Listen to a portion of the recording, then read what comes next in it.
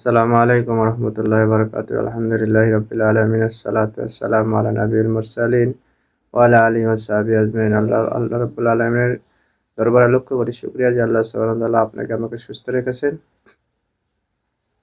ছোট্ট একটা হাদিস শুনি। নবী করিম সাল্লাল্লাহু আলাইহি সাল্লাম বলেছেন, হযরত আবু হুরায়রা রাদিয়াল্লাহু তাআলা আনহু হতে হাদিসটি বর্ণনা করেন। নবী সাল্লাল্লাহু আলাইহি সাল্লাম বলেছেন, তোমরা 7টি কাজ থেকে বিরত থাকো, 7টি কাজ থেকে তোমরা বিরত থাকো এবং 7টি কাজ তোমাদেরকে ধ্বংস করে। সাহাবীরা বলেন, ইয়া রাসূলুল্লাহ 7টি কাজ কি কি? নবী সাল্লাল্লাহু আলাইহি সাল্লাম বললেন, ১ নম্বরে তোমরা আল্লাহর সাথে কাউকে শিরিক করো না। আল্লাহর সাথে কাউকে শিরিক করো না। তিনি পবিত্র, তিনি সুবহান, তিনি পবিত্র। ২ নম্বরে তোমরা জাদু করো না বা জাদু শিখো না। ৩ নম্বরে তোমরা ইতিমের মাল অন্যায়ভাবে ভক্ষণ করো না। ৪ নম্বরে তোমরা সুদ খেও না।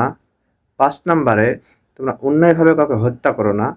৬ নম্বরে তোমরা জিহাদে ময়দান থেকে পলায়ন করো না।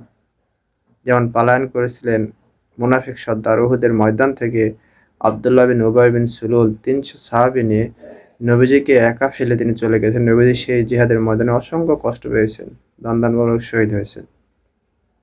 এবং জিহাদকে ইসলাম বিজয় করার জন্য জিহাদকে বোঝায় যে কেউ যদি ইসলামের প্রতি আঘাত আনে সেই জিহাদের ময়দানে উপস্থিত হতে হবে, সেখান থেকে পলায়ন করা যাবে না।